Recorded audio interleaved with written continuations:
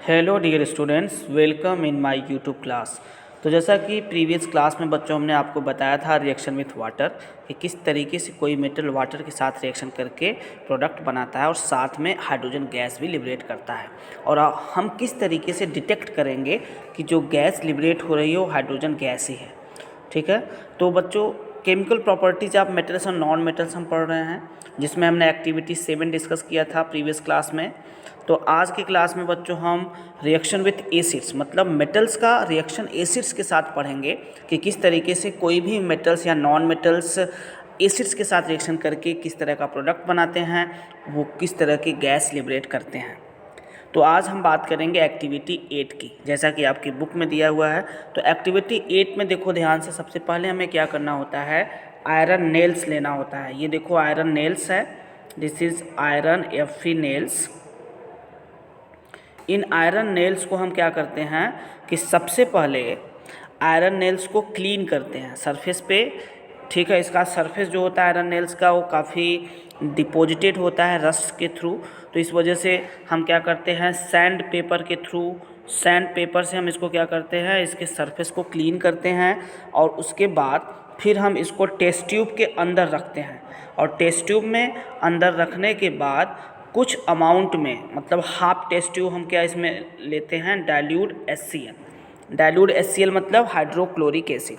Dilute hydrochloric acid test tube के अंदर लेते हैं। और उसके बाद आप कुछ समय के बाद देखोगे इसमें रिएक्शन होना स्टार्ट होगा।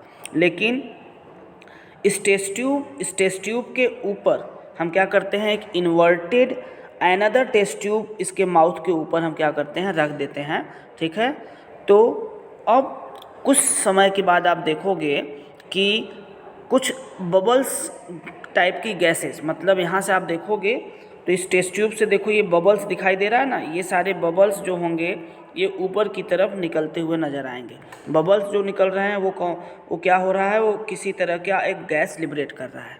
ठीक है, तो हम क्या करते हैं कि ये हमें पता करना है कि ये कौन सी गैस है। तो इस गैस का पता करने के लिए हमें क्या करना होगा कि ये जो सारी गैसेस हैं, ये सारी गैसेस जब इकट्ठा होंगी दूसरे टेस्ट ट्यूब में, ये इन्वर्टेड टेस्ट ट्यूब के अंदर जब इकट्ठा होंगी, तो हम क्या करेंगे, इस टेस्ट ट्यूब के माउथ पे, इस टेस्ट ट्यूब को हटाकर हम क्या करेंगे, इसके माउथ पे एक मैच स्टिक, ठीक है, मैच स्टिक जब लेकर जाएंगे तो क्या होगा कि पॉपिंग साउंड प्रोड्यूस होगा। अगर पॉपिंग साउंड प्रोड्यूस हो रहा है तो इसका मतलब क्या हुआ, it shows the evolution of hydrogen gas. इसका मतलब ये कौन सी गैस लिबरेट कर रहा है, H2 गैस, हाइड्रोजन गैस।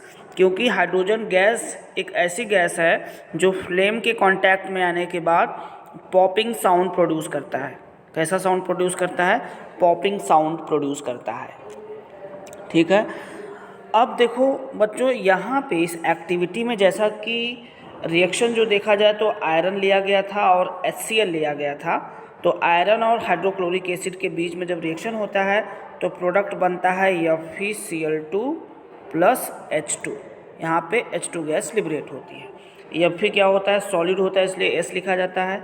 और HCl जो होता है वो आपका एक्वस होता है, मतलब इसमें कुछ ना कुछ वाटर के मॉलिक्यूल्स प्रेजेंट होते हैं। ठीक है, तो आप रिएक्शन को अच्छे से लिख लेंगे। ठीक है, जैसे इस एक्टिविटी में हम चाहें तो फिर अनदर मेटल्स भी यूज कर सकते हैं। जैसे मान लो यहाँ पे हमने आयरन नेल्स लिया है, इसकी जगह पे अगर हम चाहें तो जिंक मेटल ले सकते हैं, इसकी जगह पे हम चाहें तो मैग्नीशियम रिबन ले सकते हैं। ठीक है, और यहाँ पे जो हमने HCl लिया है इसकी जगह हम चाहें तो H2SO4 भी ले सकते हैं। ठीक है, तो हम देखते हैं इन सब का रिएक्शन एक एक करके। तो सबसे पहले हमने देखा क्या कि आयरन का रिएक्शन जब हम HCl से करेंगे, आयरन सॉलिड होता है, ये एक्वस होता है, इसमें कुछ अमाउंट ऑफ वाटर होता है इसलिए एक्वस लिखा जाता है। और ये प्रोडक्ट क्या बना रहा था, FeCl2 और साथ में H2 गैस यहाँ से लिबरेट हो रही थी। ये जो साइन है ये क्या है, ये आपका, इसका मतलब इस साइन का मतलब कि गैस क्या हो रही है, ऊपर की तरफ लिबरेट हो रही है। FeCl2 एक्वस फॉर्म में रहेगा। ठीक है, और इसका नाम क्या होगा, iron chloride. This is iron chloride. Iron chloride book में दिया हुआ है।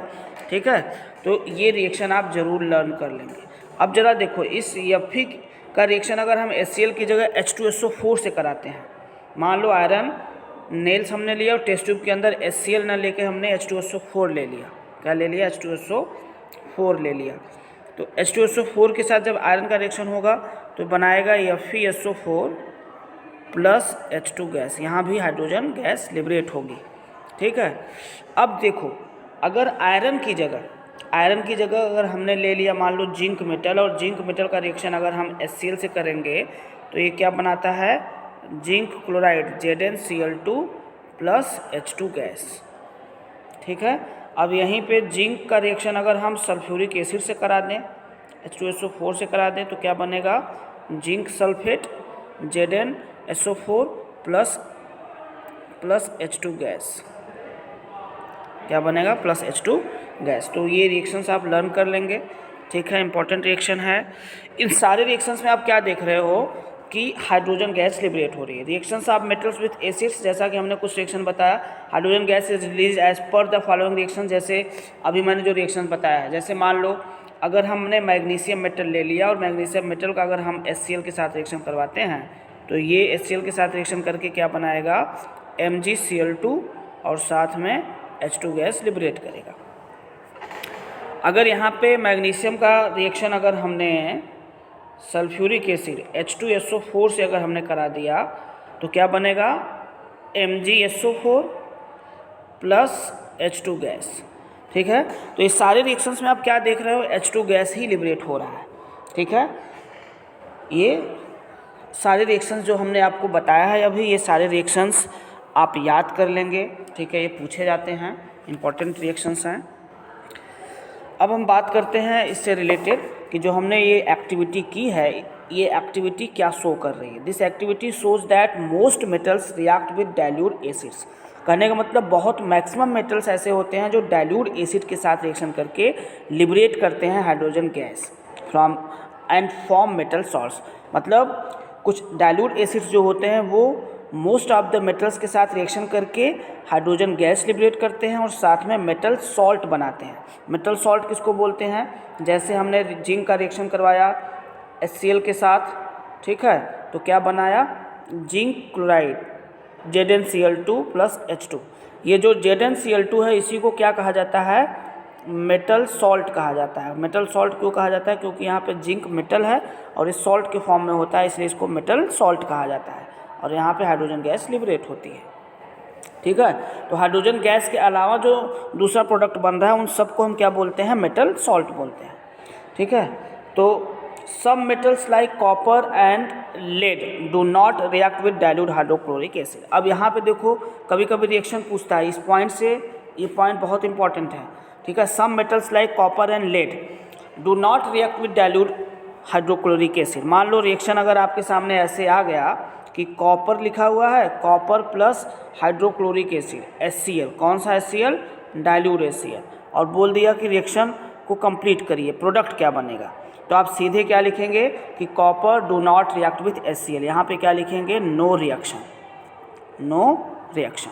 कॉपर HCl डाइल्यूट HCl के साथ रिएक्शन नहीं करता है। ठीक है, कॉपर डाइल्यूट HCl के साथ रिएक्शन नहीं करता है। ठीक है, और साथ में आपका जो लेड मेटल है, ठीक है, पीबी भी HCl के साथ रिएक्शन नहीं करता। इसलिए अगर ऐसा पूछता है क्वेश्चन कि Pb plus HCl complete the following reaction, तो आपको इस यहाँ पे प्रोडक्ट कोई भी नहीं बनेगा। यहाँ पे सीधे एरो के बाद आप क्या लिखेंगे, नो रिएक्शन, क्या लिखेंगे, नो रिएक्शन। ठीक है, तो इसको आप जरूर याद रखना कि कॉपर मेटल और लेड मेटल जो होता है डाइल्यूट HCl के साथ रिएक्शन नहीं करता है। They react with sulphuric acid and nitric acid and they do not liberate hydrogen gas. अब क्या कह रहा है कि ये जो कॉपर और लेड होता है, ठीक है, ये सल्फ्यूरिक एसिड और नाइट्रिक एसिड के साथ रिएक्शन करता है लेकिन हाइड्रोजन गैस लिबरेट नहीं कर पाता है। कौन सी, वैसे जनरली जब कॉपर नाइट्रिक एसिड HNO3 के साथ रिएक्शन करता है तो यहाँ पे nitrogen dioxide NO2 gas liberate करता है। ब्राउन कलर का होता है ये, जो कि दिखाई देगा आपको अच्छे से, क्या होता है, इसका कलर ब्राउन होता है। ठीक है। H2 गैस न लिबरेट होगी, कौन सी गैस लिबरेट होती है, या NO2 गैस लिबरेट होती है जब कॉपर नाइट्रिक एसिड के साथ रिएक्शन करता है। तो बस यहाँ ये आप जान लो कि सल्फ्यूरिक एसिड कॉपर H2SO4 के साथ भी रिएक्शन करता है, ठीक है, और NO3 के साथ भी रिएक्शन करता है, और Pb जो होता है ये भी H2SO4 के साथ रिएक्शन करता है, और साथ में HNO3 के साथ भी रिएक्शन करता है, लेकिन ये H2 गैस लिबरेट नहीं करते हैं। इन चारों कंडीशन में हाइड्रोजन गैस लिबरेट नहीं होती है, ठीक है। सल्फ्यूरिक एसिड से रिएक्शन करता है तो सल्फर डाइऑक्साइड गैस निकलता है, और नाइट्रिक एसिड से रिएक्शन करता है कॉपर तो नाइट्रोजन डाइऑक्साइड या NO2 गैस निकलता है जो ब्राउन कलर का होता है। और सल्फर डाइऑक्साइड भी थोड़ा बहुत कैरेक्टरिस्टिक्स कलर इसका होता है, मतलब थोड़ा बहुत कलरलेस ही टाइप का होता है, लेकिन ये बहुत तेज़ी से नाक के अंदर घुसता है, ठीक है, काफ़ी सफोकेटिंग होता है, ठीक है। तो इस तरीके से ये सारी चीज़ें आप जान लो कि कॉपर और लेड जो होता है ये HNO3 सल्फ्यूरिक एसिड के साथ रिएक्शन करते हैं, लेकिन ये हाइड्रोजन गैस लिबरेट नहीं करते, ये दूसरी टाइप का गैस लिबरेट करते हैं। तो they do not react with sulphuric acid, they react with sulphuric acid, nitric acid, but they do not liberate hydrogen gas. Metals like gold and platinum do not react with dilute acids. अब देखो gold अगर दिया हुआ है, जैसे Au दे दिया, ठीक है, प्लेटिनम दे दिया, अब यहाँ पर लिख दिया डाइल्यूट H2SO4 लिख दिया या डाइल्यूट HCl लिख दिया, तो आप क्या लिखेंगे, no reaction, there is no reaction, ठीक है। यहाँ भी वही चीज़ें होगा, प्लेटिनम डाइल्यूट सल्फ्यूरिक एसिड के साथ रिएक्शन नहीं करेगा, ठीक है। नेक्स्ट पॉइंट की अगर हम बात करें तो non metals generally do not react with acids. क्या हम पढ़ रहे हैं कि non metals generally do not react with acids. जो नॉन मेटल्स होते हैं वो एसिड्स के साथ रिएक्शन नहीं कर पाते हैं, do not react with acids. लेकिन कुछ ऐसे नॉन मेटल्स होते हैं जैसे लाइक सल्फर हो गया, फास्फोरस हो गया, ठीक है, कार्बन हो गया, कुछ इस तरह के जो नॉन मेटल्स होते हैं वो हॉट कंसनट्रेटेड सल्फ्यूरिक एसिड या फिर नाइट्रिक एसिड के साथ रिएक्शन करते हैं और हाइड्रोजन गैस लिबरेट करते हैं, ठीक है। तो ये आप जानते रहो, ये बहुत ही इम्पॉर्टेंट पॉइंट है, ये इम्पॉर्टेंट पॉइंट है, ठीक है, कि फास्फोरस हो गया, सल्फर हो गया, कार्बन हो गया, ये सारे मेटल जो होते हैं, ठीक है, HNO3 के साथ भी रिएक्शन करते हैं और साथ में H2SO4 के साथ भी रिएक्शन करते हैं, ठीक है। वो भी कैसा, हॉट कंसनट्रेटेड, कहने का मतलब डाइल्यूट नहीं, कंसनट्रेटेड HNO3 और कंसनट्रेटेड सल्फ्यूरिक एसिड ही रिएक्शन करता है सल्फर फास्फोरस के साथ, ठीक है। मतलब डाइल्यूट, अगर डाइल्यूटेड फॉर्म में होगा HNO3 और H2SO4 तो डाइल्यूटेड फॉर्म में अगर होगा, डाइल्यूट फॉर्म में रिएक्शन नहीं करेगा, ठीक है। नाइट्रिक एसिड या फिर सल्फ्यूरिक एसिड अगर डाइल्यूट फॉर्म में है तो they do not react with phosphorus, sulphur, non metals and do not liberate hydrogen gas.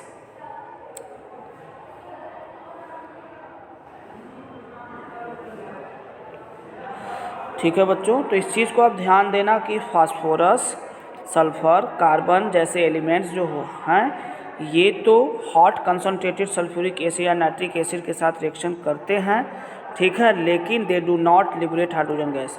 Sorry, शायद मैंने हाइड्रोजन गैस लिबरेट के लिए बोल दिया था, लेकिन आप यहाँ जान लो कि they do not liberate hydrogen gas. मतलब फास्फोरस, कार्बन, सल्फर ये सारे नॉन मेटल्स जो होते हैं वो कंसनट्रेटेड नाइट्रिक एसिड या सल्फ्यूरिक एसिड के साथ तो रिएक्शन करते हैं, लेकिन they do not liberate hydrogen gas, ये हाइड्रोजन गैस लिबरेट नहीं कर पाते हैं, ठीक है। तो बच्चों ये था रिएक्शन विथ एसिड्स। इसके बाद कुछ डू यू नो की हम बात करेंगे, उसके बाद नेक्स्ट क्लास में हम बताएंगे आपको रिएक्शन विथ एल्कलीज, मतलब बेस के साथ। एल्कलीज मतलब किस तरीके से मेटल्स या नॉन मेटल्स बेस के साथ या एल्कलीज के साथ रिएक्शन करते हैं। तो बच्चों आज की क्लास के लिए इतना ही। Thank you for watching this video and have a good day.